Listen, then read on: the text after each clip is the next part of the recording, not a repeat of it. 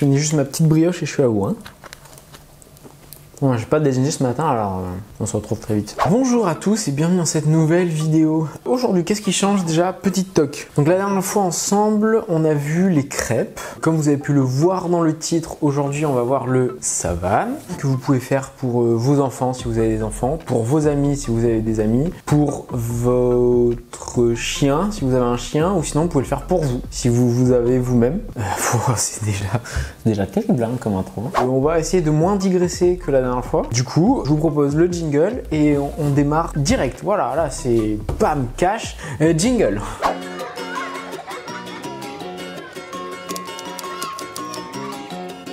Donc du coup, comme je le disais, aujourd'hui on va faire un savane. Et donc pour faire un savane, déjà on va commencer par sortir les ingrédients. Ce que je vous conseille de faire quand vous faites une recette, si vous voulez pas vous tromper dans les ingrédients, c'est de tout peser avant, tout préparer. Genre s'il faut 100 grammes, je sais pas combien il faut de farine, 150 grammes de farine, ben vous préparez un petit pot avec 150 grammes de farine. Comme ça, quand vous faites la recette, il n'y a plus qu'à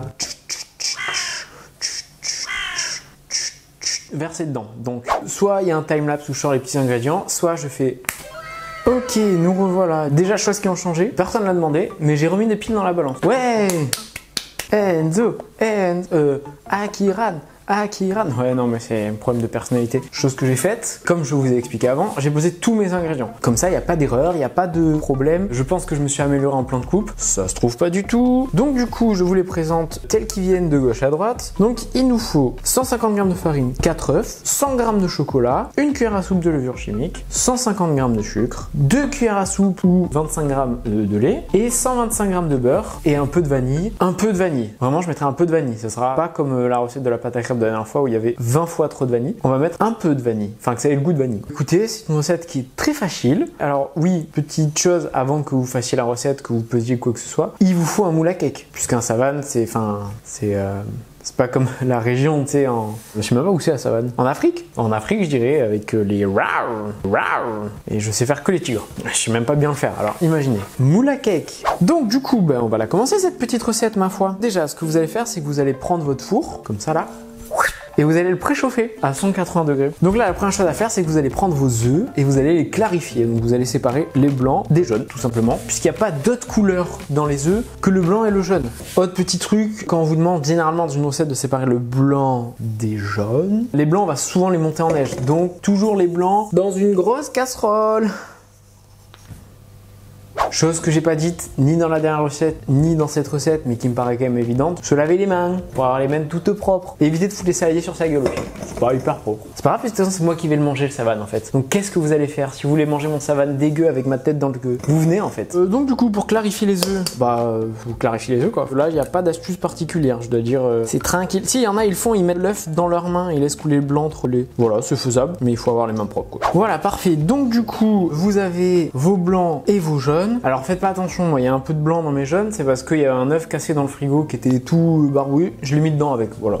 Posez pas de questions en fait, vous êtes pas là pour ça. Vous prenez votre fouet, donc vous prenez vos jaunes que vous battez avec le sucre. Voilà, vous mettez votre sucre, fouet,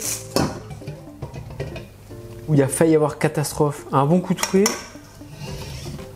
mais on éloigne tout quand même. Ça s'appelle blanchir. Voilà un petit extrait de ce que ça donne, c'est tout blanc. Donc blanchir, voilà. Souvent les termes de pâtisserie, on va pas trop se casser les couilles.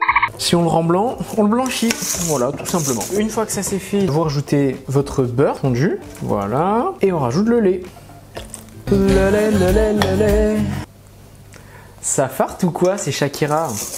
Allez, on mélange. Et ça donne ça, c'est liquide, je sais pas si vous voyez. Attendez, parce qu'il faut pas que j'en renverse quand même, ce serait un peu con. Voilà, c'est liquide. Donc une fois que vous avez votre pâte liquide, vous mettez la farine. En fait, c'est une base à gâteau, hein, toute simple, comme genre les 3/4 des gâteaux qu'il y a. Vous mélangez encore.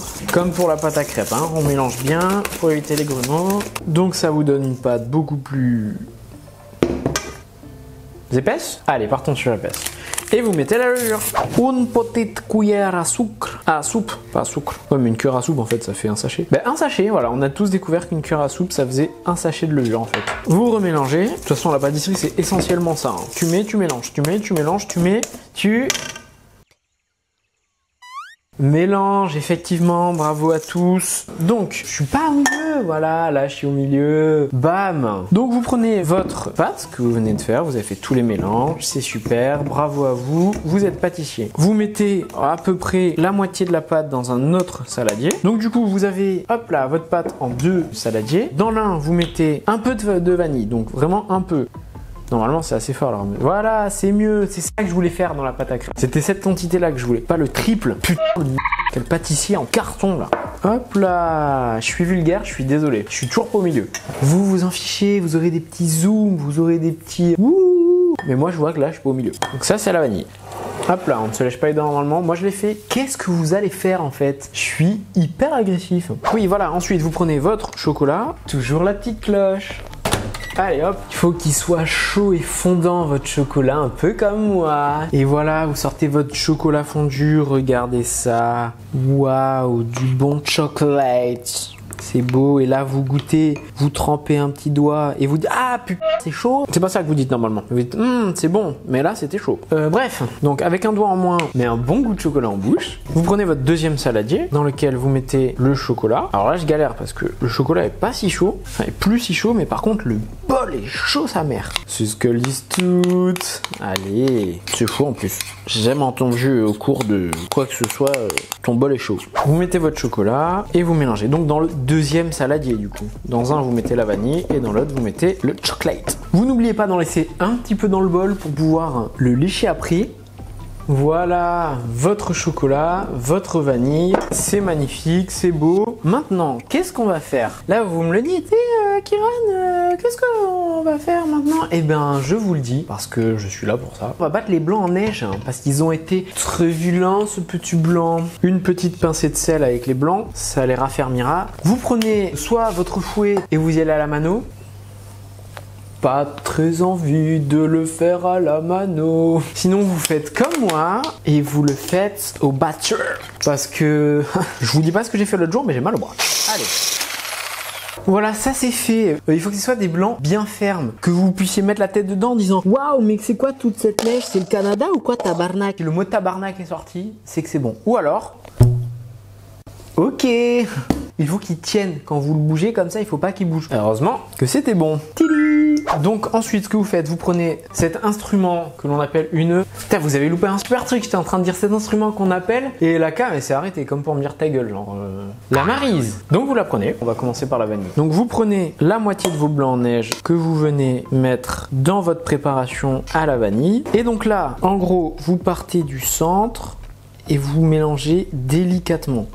Si vous voulez un beau savane, il ne faut pas que les blancs retombent. On plante dans le centre, sur le bord et on revient, etc. Bon, je vais lâcher le téléphone parce que du coup j'ai besoin de l'autre main, puisqu'il faut faire tourner le bol en même temps. Donc ce que je disais, c'est qu'on prend le bol, on part du centre et on tourne le bol comme ça dans le sens de la rotation, du mouvement circulaire du mélange. Et on fait ça délicatement jusqu'à ce que les blancs soient bien incorporés, que le mélange soit bien mousseux. Putain, vous avez vu, je raconte moins de la merde hein, quand là ça devient technique. Hein. Voilà, ça vous donne ça. Je vais pas trop le montrer, mais en gros voilà, pas liquide, c'est mousseux. Et donc ensuite, vous prenez le reste de vos blancs en neige que vous versez dans votre mélange au chocolat et vous recommencez. Vous faites pareil que pour la vanille. Et toujours très important, vous passez un bon coup de langue dessus là. Vous avez votre mélange mousseux à la vanille et votre mélange mousseux au chocolat. Donc maintenant, ce qu'on va faire, c'est pas compliqué. Vous prenez votre moule, vous le beurrez, huilez, ce que vous voulez. Moi, je vais mettre un tout petit peu d'huile. C'est un peu d'huile d'olive parce que j'ai que ça en huile et que j'ai plus de beurre puisque j'ai tout utilisé pour la recette. Donc, on croise les doigts pour que ça n'ait pas un goût d'olive. Moi, vu que je suis un peu précieux et que j'aime pas trop me salir les mains, je le fais au pinceau.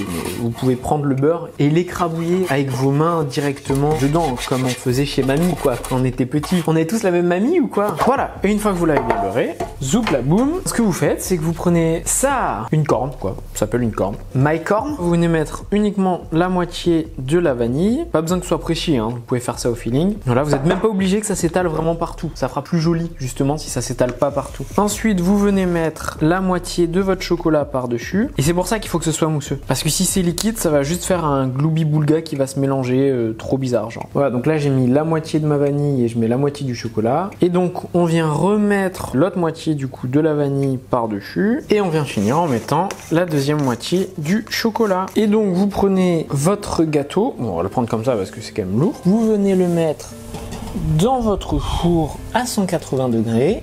Et on lui dit à tout à l'heure. Ça part pour 35 minutes des cuisson. Hop là. Et voilà. Le beau savane, donc vous le mettez là pour qu'il refroidisse. Avant de le sortir du four, vous plantez bien sûr un couteau à l'intérieur. Et si le couteau ressort tout propre, c'est qu'il est cuit. S'il ressort de la pâte, c'est que c'est cru. En plus c'est un cake, alors il faut vraiment que ce soit cuit quoi, cuit qu'il ressorte nickel. Et donc maintenant qu'il a refroidi, moi personnellement je mets ça sur une planche à découper. On le prend et voilà, vous avez votre beau savane.